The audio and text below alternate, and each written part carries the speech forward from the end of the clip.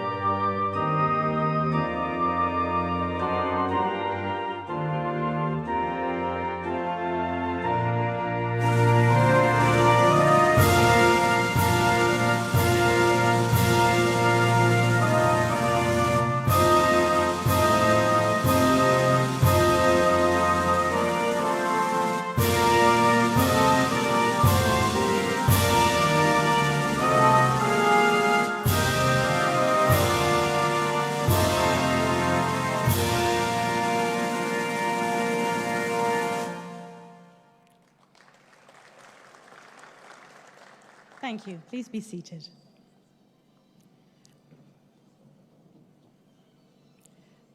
Chair, Board of Trustees, Your Excellencies, Deans, students, honored guests. It is my privilege to be standing before you today at the British University in Egypt's very first presidential inauguration.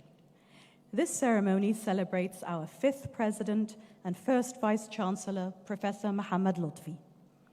With this inauguration comes a new era, an era where students take center stage of our strategic priorities and where creativity and competition are part and parcel of the learning process. To speak more about the university's new plans, please welcome the Chair of the Board of the Trustees, Ms. Farida Khamis.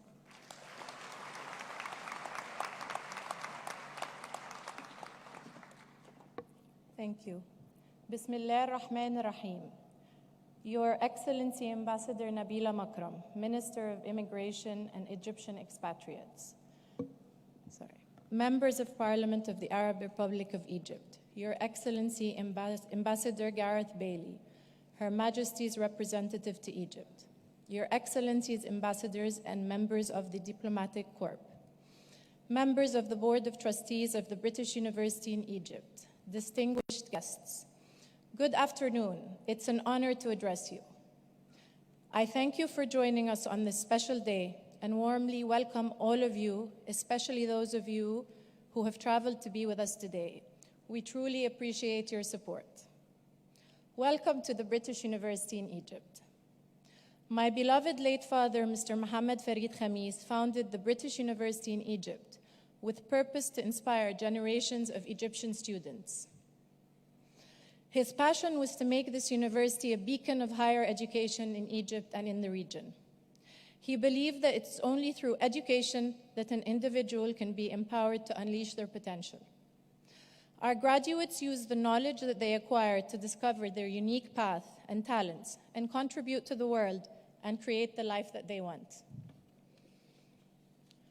Whether through our robust research, our cutting-edge state-of-the-art facilities, or our revered body of academics at the British University in Egypt, we believe in thinking and doing for the future.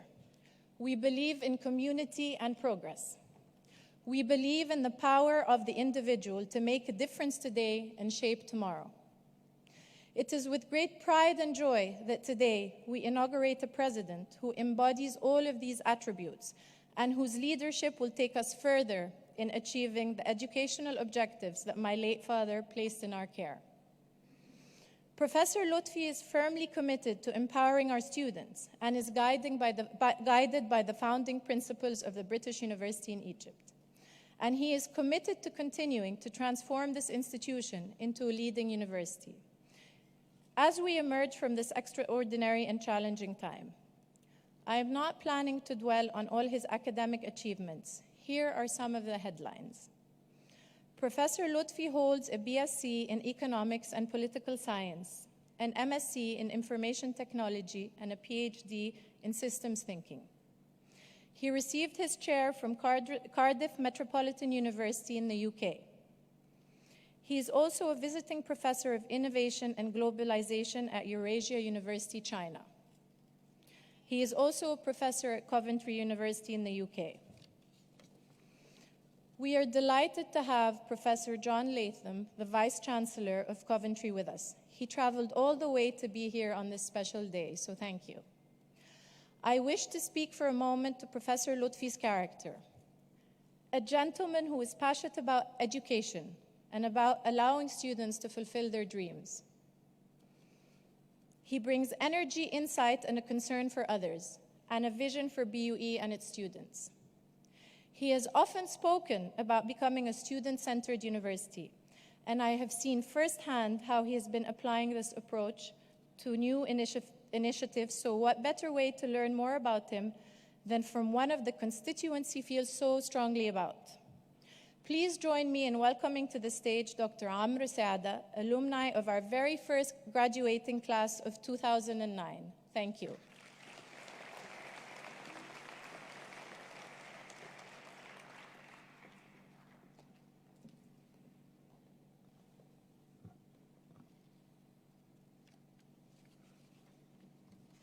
Thank you, Madam Chair, Your Excellencies, honorable guests. My name is Amr Saada, and it is my great honor to stand in front of you on this remarkable day in the history of the British University in Egypt. Allow me to share with you why I've been chosen to speak to you today. I'm a lecturer at the School of Business here at the university, and recently I have been appointed as the Strategic Transformation Lead as part of the new President's Cabinet. But that's not why I'm addressing you today. I'm addressing you as the first student ever to join this university 16 years ago. I'm addressing you as the university's first graduate. And I'm addressing you as the university's first homegrown academic staff member.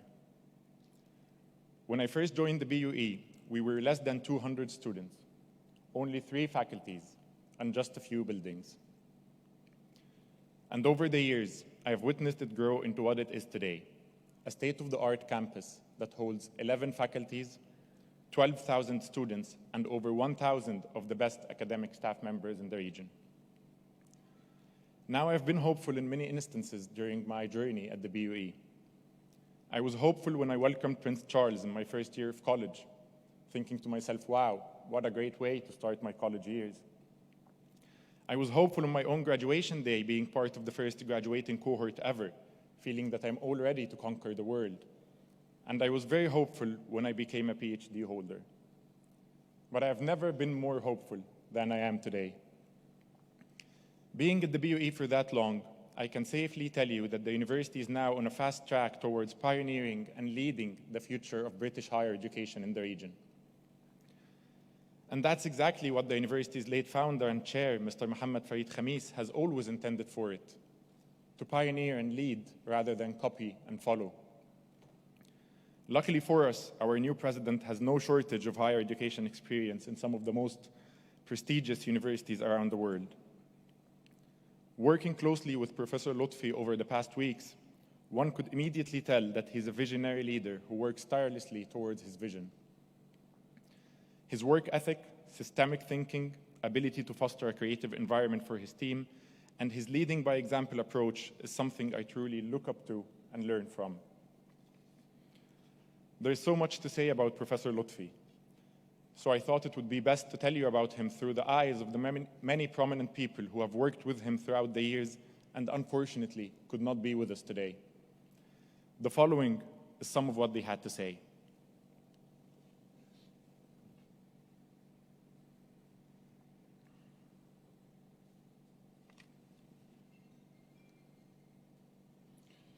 What Professor Mohamed Loutfi has achieved for the UK universities in which he has worked and universities across the Arab region is truly outstanding.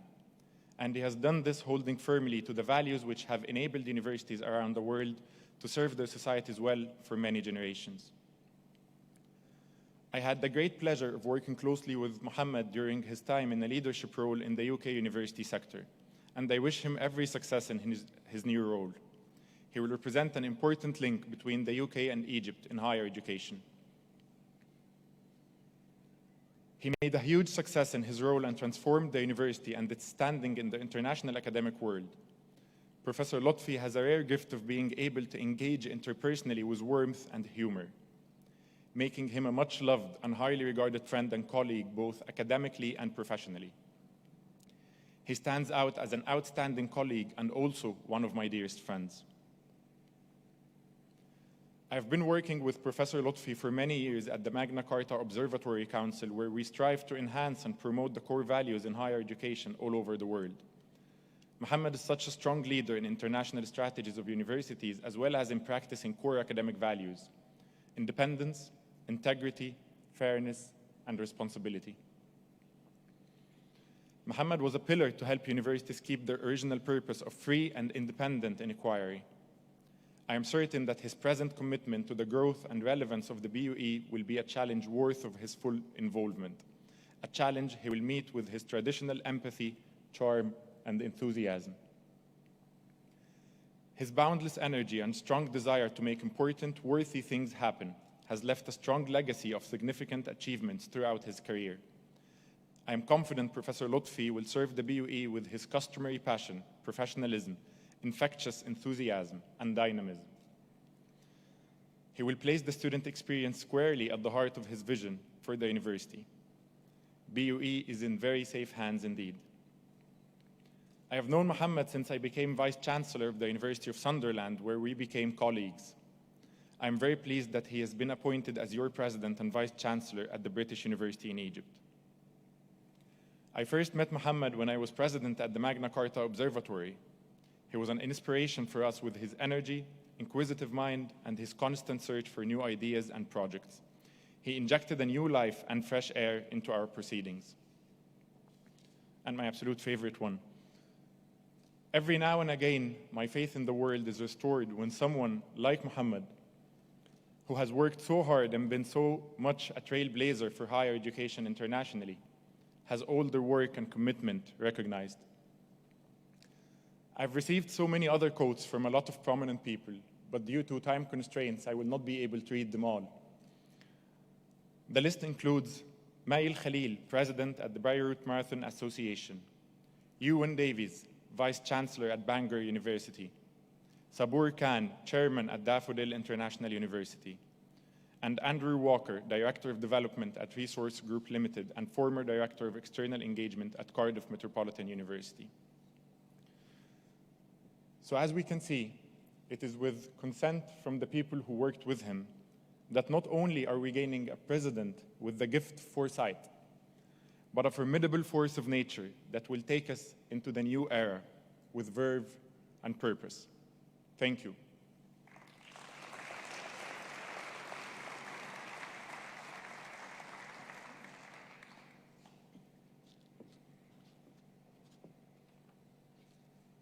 Thank you, Amr. I would now like to ask His Excellency Ambassador Gareth Bailey, British Ambassador to Egypt, to the podium to say a few words. Thank you.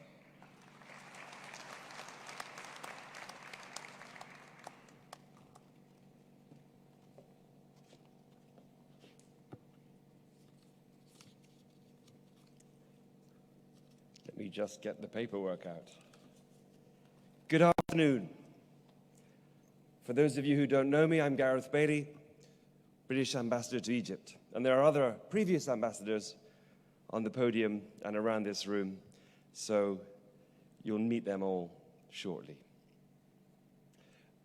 Minister Nabila, members of Parliament, Ms. Farida Khamis, Chair of the Board of Trustees, honourable members of the Board of Trustees gathered here today, faculty of staff and students, Vice-Chancellor Latham, ambassadors, members of the Diplomatic Corps, ladies and gentlemen, Professor Mohamed Loutfi, about to be president of this university, and friends, it is my honour to join what is one of the most extraordinary events of this year. But let me take you somewhere else, and then we will arrive at Mohammed in a few minutes' time. Diplomacy. Let's start there. Diplomacy gets a very bad rap, ladies and gentlemen, by which I mean that diplomacy often has a bad reputation. It is often seen as taking care of business, sorting things out, more like The Godfather or The Sopranos than the noble calling of international relations. Sir Henry Wotton, English ambassador, for it was England in those days, to Venice in the 17th century, said an ambassador is an honest man sent to lie abroad for the good of his country. And for those of you who would like to come a little bit closer to home and in education, many of you will be familiar with the film Morgan Ahmed Morgan. مش كده ولا إيه؟ Adil Imam, obviously close to all of our hearts, was a gentleman who, in his role as Morgan Ahmed Morgan, decided he could buy his education and he could fill a gap in his heart and in his soul through the acquisition of contacts and through rashawa and shay bil yasmin. And so, as a diplomat and as an educator, if I may say, both of us need to think a little bit harder about describing the positives of our callings. But there are rare times, however, ladies and gentlemen, when good things happen. The good of two countries comes together. When things are not as bad as all that. When connection is the first thing we all think about. And returning here again after 20 years, Umm Dunya, I feel a proud, proud sense of being a servant of that connection. The Prime Minister and His Excellency President Sisi talk about a strategic partnership, taking things to a whole new level. And above all, this is a year coming where Egypt will be at the center of everybody's attention as the president of the climate conference, COP27, in Sharm el-Sheikh in less than a year's time. And we've just had our summit in Glasgow, my hometown, and also Magdi Ishaq's hometown, more or less, in COP26. So together we have a real connection. We have a partnership. We have something truly good that we can do together. No lies, no deceit, no difficulty, just win-win. And only a few weeks ago, His Royal Highness the Prince of Wales was here to celebrate that connection and to celebrate the role of Egypt as a champion of the environment and against climate change. And the role of faiths, and here we have the home of really the most important faiths in protecting environment and protecting climate. And if all these good things should ever hesitate and falter and be less than they should be, I can always turn to my good friend Mohamed Salah, because, as you know, he is also royalty. He is Al-Malik al-Masri, the Egyptian king. And this gentleman is who I also call the other ambassador, because he does my job when I'm not doing my job. So we have a connection there as well, through sport and through honesty, through integrity, through leadership. That's Mohamed Salah, not me. What is all this talk of connection, kalimat yani, to do with what we're here to do today, the inauguration of the fifth president, Professor Mohamed Loutfi? Only this: the connection, friends, is nothing if it is connection of the ignorant, the unenlightened, the uninspired, or bullies, people who would oppress and not free. Connection is everything when it is the connection of the educated. Connection between the UK and Egypt is particularly strong when you think about our direct links. Every day that I'm here in Egypt, I meet somebody who says, aha, I was educated in, insert name of British university. Or my son, my daughter, my grandson, my granddaughter, my niece, my nephew, my uncle, my aunt, we all have British educations to be proud of. So we have something which we can cherish, and we can put it through a British-Egyptian lens.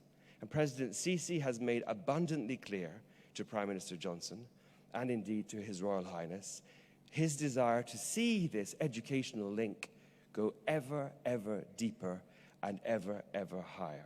Because education gives connection, its energy, its creativity, its ambition, and its courage. And Professor Loutfi himself has said that university is where you are encouraged to doubt, to imagine, to assimilate, to explore the unknown, and have a culture, dare we say it, of dissent. And this university has written large its motto that it is here that we do how to think, not what to think. And while there is a necessary time for reflection and introspection, that time cannot be always and forever. Connection demands an outward frame of mind. In both the UK and Egypt, my friends, we see this. Rania Mashat, Her Excellency the Minister of International Cooperation, only a few days ago said to me, Egypt is at an end of this era of introspection. That is not what we are about. We are about looking forward and outward. And as Ms. Farida said when she announced the appointment of Mohamed Loutfi, she said that we welcome and are honored to see him appointed at a time of rapid expansion and a transformation program to enhance the university's position as a leading university in the region. And I could say, surely that is exactly what Egypt says about itself today. Expansion, transformation, enhancing of a leadership position. And my own Foreign Secretary this very week has only just called on friends and allies around the world to step away from introspection and isolationism, to influence and inspire others and build new partnerships. This then is the connection that we seek, global, inspiring, future-proof, and of integrity.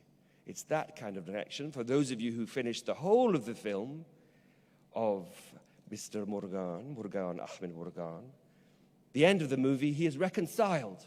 He sees that it's not about buying your way to something or influencing your way to something. It's about your integrity. It's about your education. It is about looking within and then turning out and connecting to friends. So finally, let me turn to Professor Mohamed Loutfi, about to be President Mohamed Loutfi. As I do that, however, I turn to a favorite theme, our predecessors. Isaac Newton said, "If I have seen further, it is by standing on the shoulders of giants." For myself, I will not ask whether I stand on the shoulders of luminaries such as Sir Derek Plumley, here with us today, or my own predecessor, Sir Geoffrey Adams. I will leave them to be the judge for a quiet moment outside this room. But what I will say, and we all know it, is that Professor Mohamed Loutfi stands upon the shoulders of giants. We have here today Professor Mohamed Al-Fiqi, right there. We have Mustafa Ida. Mustafa Al-Fiqi. شفت بقى حصل إيه?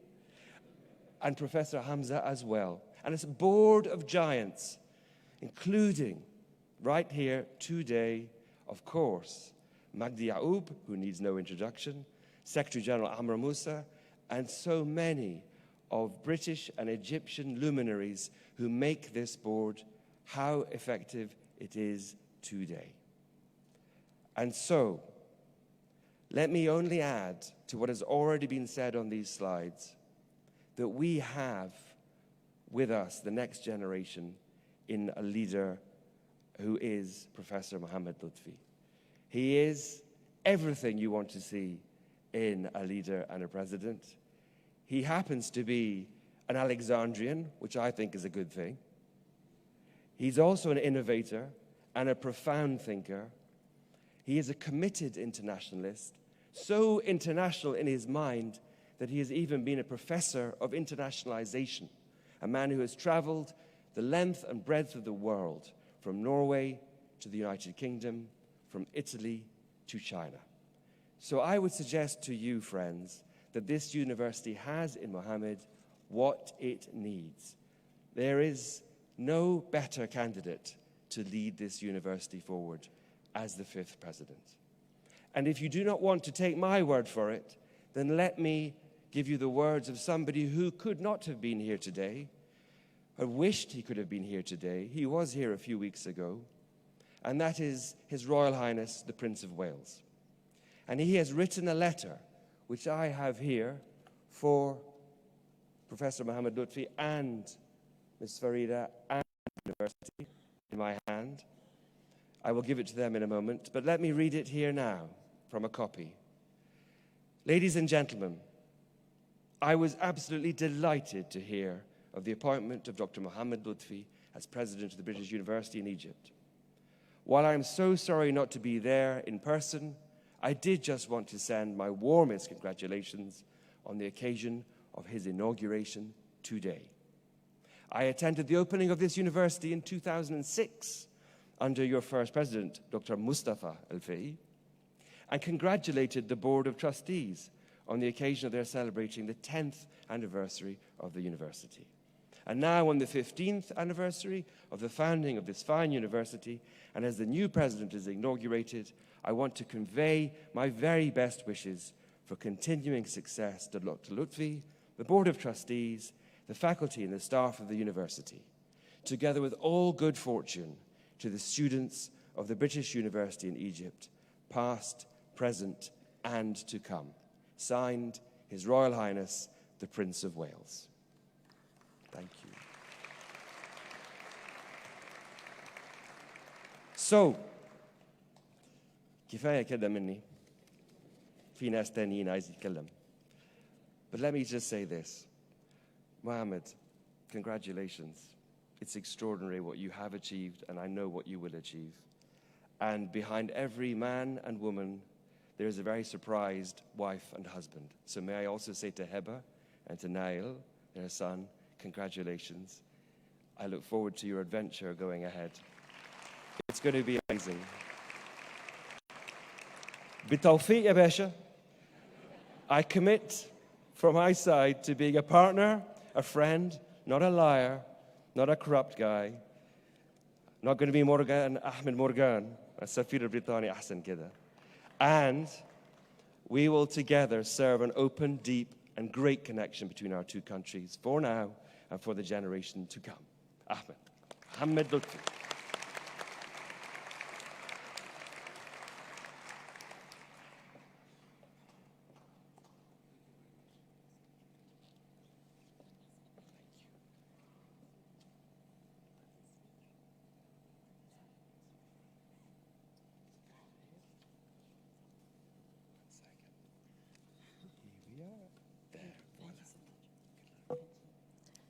Thank you very much, Ambassador, for that moving speech.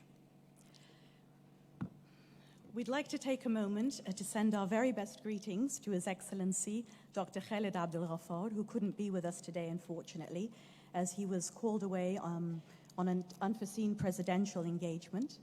But we would like Her Excellency, Minister Nabila Makram, Minister of Immigration and Expatriate Affairs, to come up and say a word if she may. Thank you.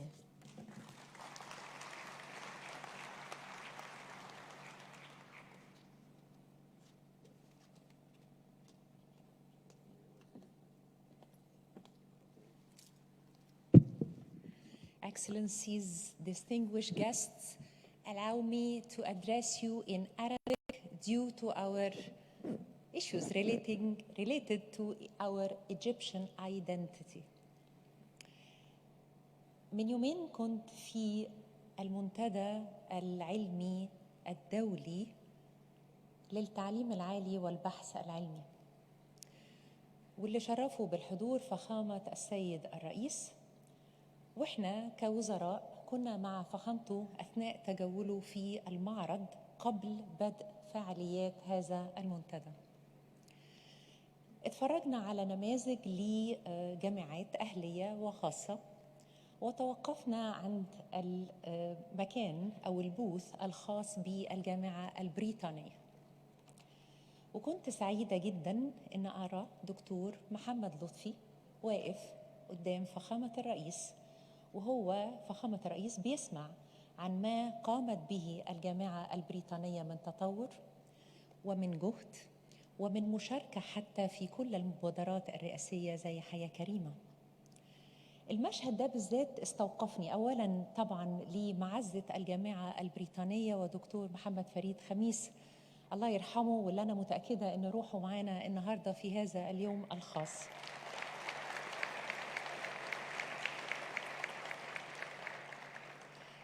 إنما غير المعزة وغير المحبة للجامعة البريطانية استوقفني مشهد الجمهورية الجديدة، المشهد اللي فيه فخامة الرئيس أمامه مصري في الخارج قرر العودة مرة أخرى إلى مصر عشان يتولى رئاسة الجامعة البريطانية. زمان كنا بنتكلم يعني هم المصريين في الخارج هل ليهم هذا الشغف؟ هل ليهم هذا الولاء؟ هل ليهم هذا الانتماء؟ بروفيسور مجدي يعقوب لما رجع من إنجلترا وقرر إنه هو يدي من خبرته الطبية العالمية لبلده، ما بخلش على مصر بيها، وده ادانا إشارة كبيرة جدا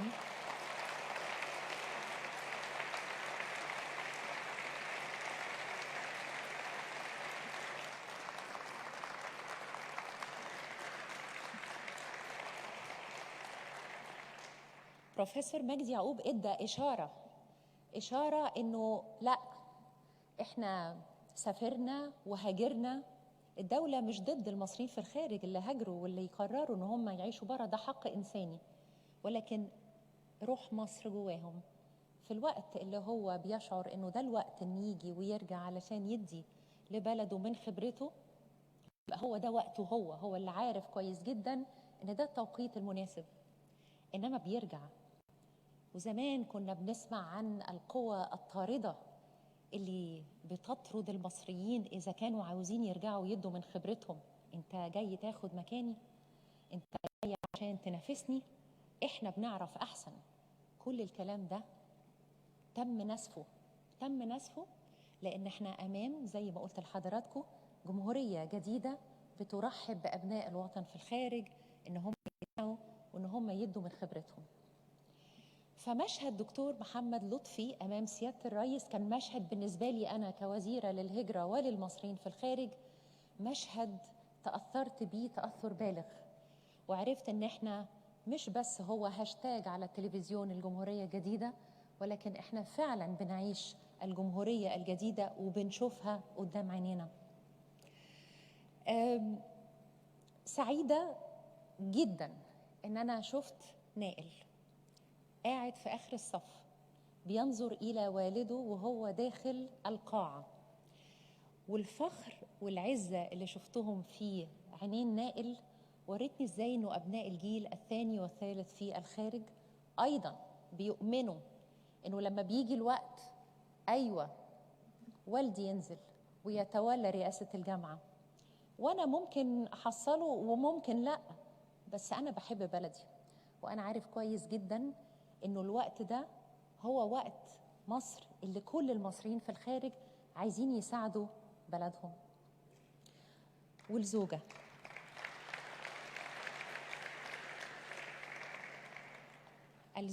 اللي أنا متشرفة إن أنا أقعد جنبها أستاذة هبة، سعيدة بقى بحاجة تانية خالص. والسفير البريطاني Your Excellency, you just mentioned that Alexandrians are different. They are. دكتور محمد بلدياتي اسكندراني أصيل، وهبة اسكندرانية أصيلة، فكمان بيزداد فخري إن ولاد بلدياتي ولاد مدينتي الإسكندرية سيادة المحافظ قاعد وبحيي حضرتك. ازاي لا، احنا مع يعني طبعا احترامنا الشديد لكل محافظات مصر، بس في نعرة كده قومية لازم الواحد يتكلم عليها. هبة زوج الدكتور محمد لطفي اللي وقفت جنب زوجها مش بس في الغربة إنما في قراره في العودة. ما تفتكروش إنه ده قرار بيبقى سهل، ده قرار فيه مليء من الحسابات ومليء بالقرارات، إنما أنا متأكدة إنه هذا القرار مع زوجته الفاضلة هما الاثنين قرروا إنه هما ييجوا مرة تانية ويدي من هذه الخبرة اللي شفناها وكل الكوتس اللي احنا شفناها لبلده. والجامعة البريطانية محظوظة بكل الحقيقة يعني رؤسائها السابقين ومجلس إدارتها، هيئة التدريس، الطلبة زي ما عمرو كان بيتكلم. الحقيقة الجامعة بتكبر يوم عن يوم، والجامعة في تطورها أنا بشوف فيه الكثير من الجهود، ومتأكدة أنه برئاسة الدكتور محمد لطفي لهذه الجامعة وبالتعاون مع أمينة وفريدة بالتأكيد هيكون في نقلة أخرى نوعية، مع احترامنا لكل الرؤساء السابقين اللي تولوا قيادة هذه الجامعة.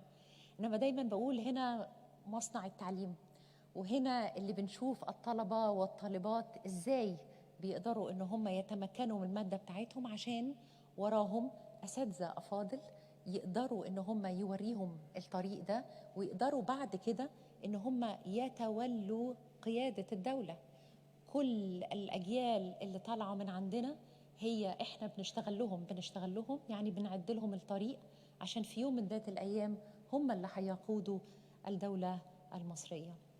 خلوني وبعد إذن حضراتكم طبعا إن أنا أتمنى لدكتور محمد كل التفوق والنجاح، وسعيدة إنه مصري في الخارج رجع مرة أخرى إلى الجامعة البريطانية عشان يقدر إنه هو يقودها ويطلع لنا أجيال جديدة كلنا الحقيقة نحتفي بيها ونفخر أيضا بيها. ورايا وزيري قاعد، الوزير عمرو موسى.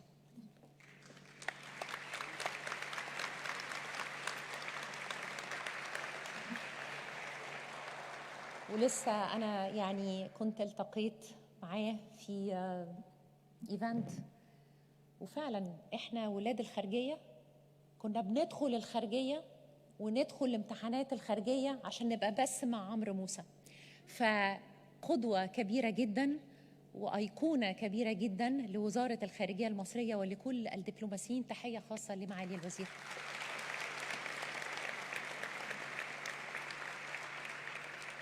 إلى جانبه أستاذي الفاضل اللي ما أقدرش أسيب الحقيقة خشبة المسرح من غير ما أحييه أيضا، دكتور مصطفى الفقي. في أعتاب دخولنا وزارة الخارجية كنا بندخل المعهد الدبلوماسي. المعهد الدبلوماسي هو يعني عايزة أقول الفترة الانتقالية مننا إحنا يعني شباب بيلتحق بالعمل الدبلوماسي. نقعد في هذا المعهد الدبلوماسي عام إلى حين تعييننا الحقيقي في وزارة الخارجية. يعني أنا كنت محظوظة ومتشرفة أنه في عام 93 سنة التحاقي بوزارة الخارجية كان دكتور مصطفى الفقي هو رئيس المعهد الدبلوماسي. قضيت معاه أنا ودفعتي العزيزة دفعة 25 في وزارة الخارجية أسعد سنة. هو اللي ورانا ماذا أو من يكون الدبلوماسي وإزاي إنه هو يشتغل في وزارة الخارجية. تحية وتقدير لحضرتك. القاعة مليئة بالقامات الكبيرة والرفيعة. أنا يعني متشرفة أن أنا موجودة النهاردة بين حضراتكم، ولكل واحد ولكل واحدة موجودة أنا يعني بقدم كل التحية والتقدير. ومرة أخرى يا دكتور محمد أنا سعيدة جدا كوزيرة للهجرة وكمواطنة مصرية وكاسكندرانية أصيلة بوجود حضرتك النهاردة. شكرا جزيلا. ميرسي.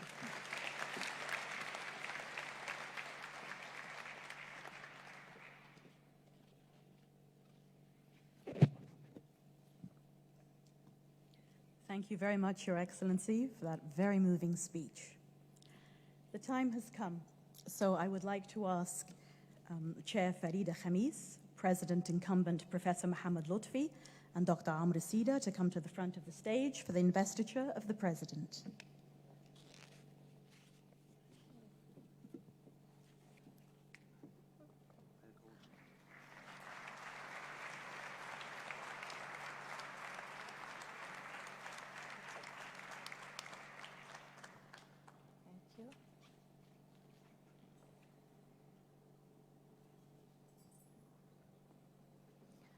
By the virtue of the authority of the British University in Egypt and its Board of Trustees, I am honored to present you with this key and to name you the 5th President and 1st Vice-Chancellor of the British University in Egypt. Congratulations. Thank you, Chair.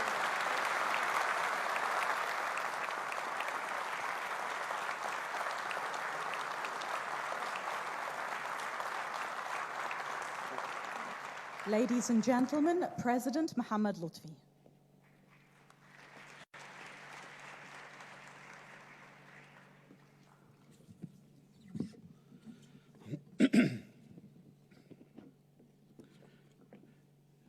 It's getting a bit emotional here.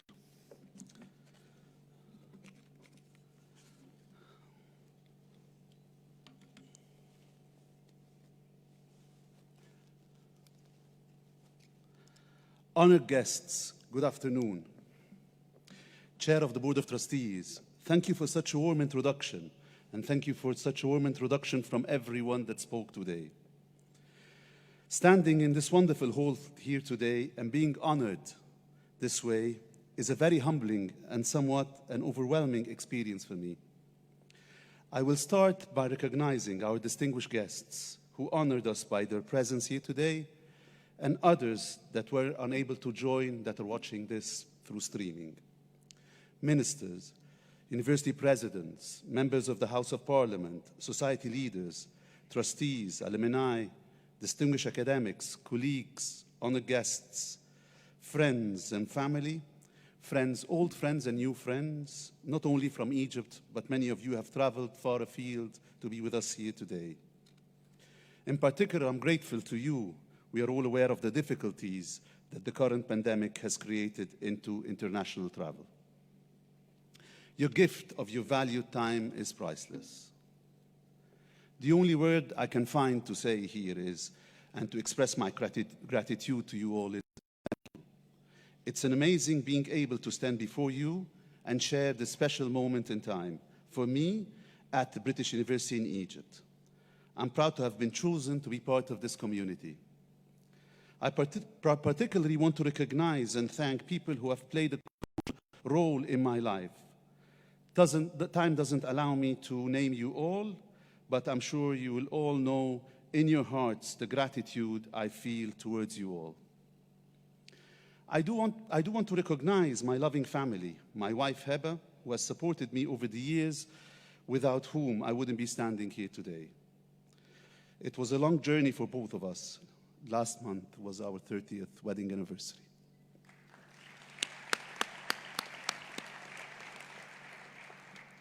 My son Niall, my son Yusuf, who couldn't make it with us today, and my younger son Nail, who is here with me today, both inspire me, and I continue to learn a lot from both of them. Nail, I bet this will come as a surprise to you. Do you recall during the pandemic when I asked you what a university community means to you? Your response surprised me and got me thinking. You said, and I'm quoting you here, this is an implicit lesson for you, proper quoting, son, and referencing. You said, if I talk to a classmate during the lecture and they respond, there is a trust or a bond that is created at this moment in time. And this classmate will be the first on your list when choosing who to work with in a group assignment. I never thought of it this way. And that image of trust and communication has stayed with me and shaped my thoughts. I also owe a great debt to my parents, who were a constant source of encouragement and support to me. My late father always believed in globalization without even defining it. He gave me the opportunity to be a global citizen myself. I lived and studied in 5 countries and worked in more than 20. When I was growing up, I learned certain values from my parents: integrity, empathy, self-discipline, easier said than done. My father was a hard worker, and the quote that would always remind me of him: the success you take from your life will be equal to what you put in. This puts everything in clear perspective to me. And I've learned confidence from my mother. She never feared to buck the trend or go against the grain. She always believed in doing what was right. I also want to mention certain figures that inspired me throughout my career. I'll start by Professor Isam Salim, who's the former president of Alexandria University, who is a key role model for myself and for many. In my 20s, I used to run for Alexandria Sporting Club elections, and he was always there for me. And he used to say, "I'm not here to support Mohamed in the elections," as he worked for Alexandria University. "I'm here to help prepare a future university president." This always resonated with me. The late Mr. Adel Al-Sunusi, the former president of Alexandria Sporting Club, his golden advice was, "Love people even if they hate you. They will learn to love you one day." Professor Mustafa Hassan, Professor Sharif Andil, when I was contemplating about going to the UK for my doctoral studies, they said, "You can either choose to be a big fish in a small pond or a small fish in a large pond." I chose the latter and never regretted it. Professor Alfredo Moscardini, sitting with us here today, he was not only my supervisor, my director of studies and mentor, but he taught me how to think systemically, not systematically. Many do not understand the difference, and this was a paradigm shift in my development. Professor Hussam Badrawi, mentoring is not an easy task. He always believed in me and supported me. Professor Peter Fidler, the former Vice-Chancellor of Sunderland University. Professor Ustin Urgeder, Seibold Norde, the former presidents of the Magna Carta Universitatem, and my friend David Locke. Being with them on the Council of the Magna Carta Universitatem for eight years shaped my understanding to higher education. Dr. Andries Barblan, the Secretary General of CRE, Council of Rectors of Europe, that became at a later stage EUA, the European University Association, who made me think of what is expected from a university, not from our view as academics, but from the society point of view. Professor Anthony Chapman, Vice-Chancellor of Cardiff Metropolitan University, who believed in me. I can't start by describing our relationship. To put it in simple words, he shaped the person I am today. Professor John Latham, who I'm grateful to on many fronts, but most importantly, for getting me to recognize that being dyslexic is a strength, not a weakness. We are simply wired differently, and with differentiation comes innovation. Last but not least, Professor Hussam Badrawi, Professor Ashraf Hatem, Professor Ismail Abdel Ghaffar, Professor Ahmed Al-Gohari, and General Muhammad Abdullah, who are not only friends, but also played a role when I was making the decision to return back to Egypt. And many people across the path that believed in me and supported me. I approached today's installation as president of the British University in Egypt with a sense of both honor and humbleness. I was happy and fulfilled at Coventry University, both personally and professionally. And I'm asked repeatedly now about my decision to return to Egypt, and more specifically to the BUE, and my answer has always been the same. It's an opportunity to make the sort of real and lasting impact that I have prepared for my entire life. I want to thank the Board of Trustees, especially the Chair, the Minister of Higher Education, for their confidence in me, and to members of the university community for their welcoming embrace over the last 3 months. You've been wonderful, and I sincerely appreciate it. Perhaps now it's a good time to mention my predecessors as president. I have had many colleagues tell me about the wonderful work of all of them.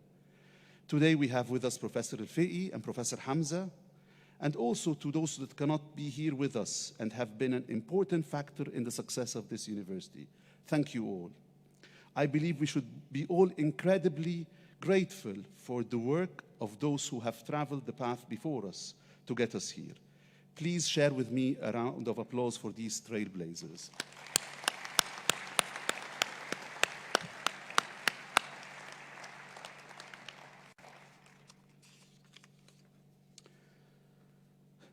The British University in Egypt is a well-established university. I often refer to it as the world's best-kept secret. But what makes a great university? That's a question. And here I will quote Jamil Salmi, in my view, one of the great thinkers of modern higher education. Jamil, who some of us know personally, argued that the world-class university gives the rise to highly sought graduates and leading-edge research and technology transfer, and requires three features: talent, which is the critical mass of staff and students to develop innovation; resources, which is the finances and facilities for rich learning environment; and governance, which is the leadership and management and administration to develop this and deliver a strategic plan. But most importantly, it's the values. As individuals or as an institution, what are our values? Who we are? What do we believe in? What do we stand for? Who do we work with? When and how do we want to make an impact? And what do we expect from ourselves and others? For me, it all started in 2004 at the Global Integration of Graduate Programs Conference. I used to run this with Professor Alfredo Moscardini in different cities across the world, starting from Sunderland, Irkutsk, Donetsk, Split, Amman. Conversions through education, and this is following from what Ambassador Bailey said. Conversions through education was suggested as the conference theme by Andries Barbland, the Secretary General of the Magna Carta at the time. This was a line of thought, as universities are expected to be at the forefront of modernizing the society by pushing the boundaries of science and researching into the unknown, and to ensure that societies are prepared for tomorrow. In that sense, universities might well as be the platform for conversions through education, to facilitate the intercultural discussions leading to a mutual understanding of the needs of societies and cultures between different areas across the world. We live in a world burdened with conflict, and I have been dwelling on how can we, as higher education community, work towards this noble objective, conversions through education. Following from this, I was influenced with my tenureship at the Magna Carta Universitatem Board. The Magna Carta is an essential document that celebrates the deepest values of university traditions and especially cherishes academic freedom and institutional autonomy as the foundation of the knowledge society. Universities are under great pressure these days than ever before to perform well in many regards, and the Magna Carta maintains that one of the prime factors to enable universities to do well is that they have sufficient freedom to set their own targets and define their own strategies. To me, innovation is a function of creativity, and creativity is a function of the culture of dissent, to argue and to assimilate, which is a direct outcome of academic freedom. During the past few months as president, I have spent much of my time learning about this exceptional place. I have had the pleasure to meet and speak with hundreds of people, warm, friendly, dedicated, proud, supportive, enthusiastic, and result-focused people. And many of you know I've spent a lot of time asking a lot of questions. What do we do well? What are colleagues worried about? What are people most proud of? How can we continue the journey of this institutional improvement? First, seek to understand, then be understood, quoting St. Francis of Assisi. I will continue to listen to the views of everyone who has stake in our community as I formulate my plans to ensure the growth and sustainability of this wonderful place. You know, it's easy to join an organization and make assumptions. I've seen firsthand where new leaders have come in with preconceived notions about change that needs to be implemented, only to find out that their understanding of how a place ticks is not complete. Of course, it's inevitable that some things need to change, but there is often good reasons for why some things are the way they are. Most importantly, why are we doing things in the way we're doing them?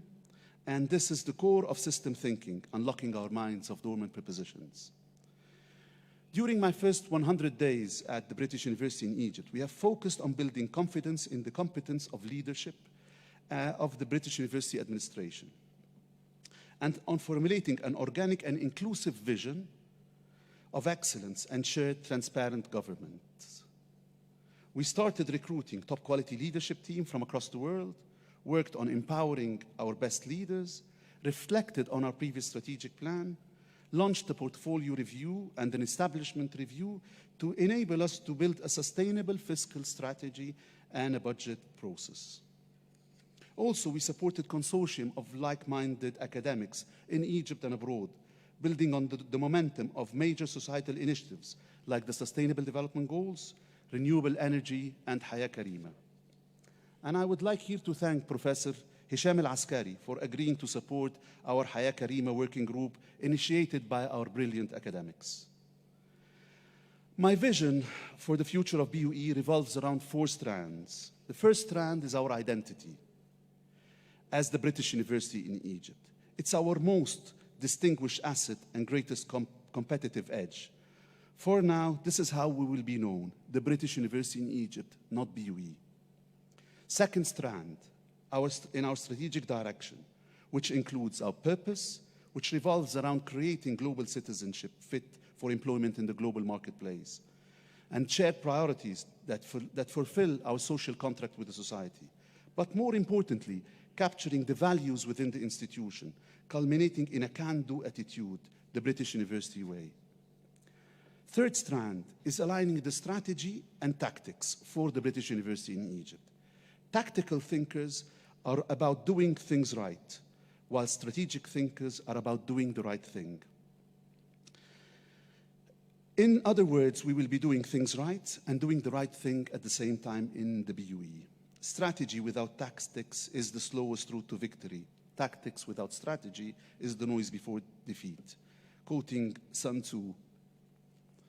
Final strand, which is aligning all our staff with the purpose. It is about all staff in the institution knowing the direction of the university and the direction of travel and feeling or knowing that they can contribute to this happening. We are living through challenging times, and we at the British University in Egypt are embarking on our new strategy. These are exciting times for us, and I'm always reminded with the quote from Michelangelo, the greatest danger is not to aim too high and miss it, but it's to aim too low and achieve it.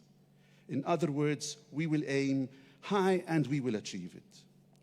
In short, our intermediate and long-term goals are ambitious but achievable. And my promise to this wonderful institution is, I will strive to continue to work with you all to create a clear purpose, to doing the right thing, and to putting the concerns of our students and staff at the forefront and center of what we do. This institution will earn the right to be the first choice for undergraduate and postgraduate education in communities and societies they serve. We will be going on a journey together by living up to the expectations of our founder, the industrialist Mohamed Khamis, referred to by many as a force of nature, whose intention for this institution was to be the best in class.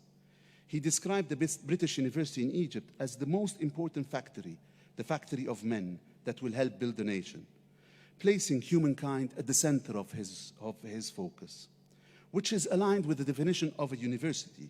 In Latin, a university is universitas. Unim verter, it's turned to the one. Ad unum verter, it's placing man at the center. And man here, it refers not only to a gender, but humankind, all of us. I'm confident, but by placing humankind, el-insan, our students, and by placing the students' experience at the heart of what we do, we will achieve great things. بناء الإنسان أولوية للسيد الرئيس لبناء جمهورية جديدة. Thank you.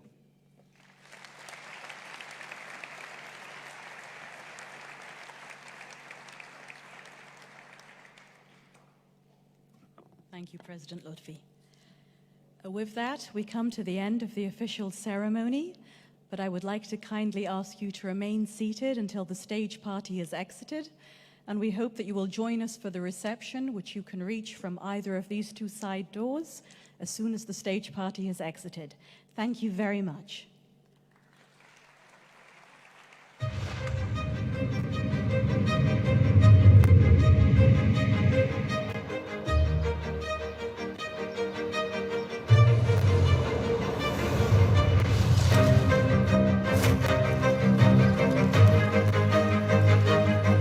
اليوم قصير صدقوني بالنسبة لمصر عاوزاه منكم واللي عاوزاه من كل واحد. بيعمل لصالح بلده.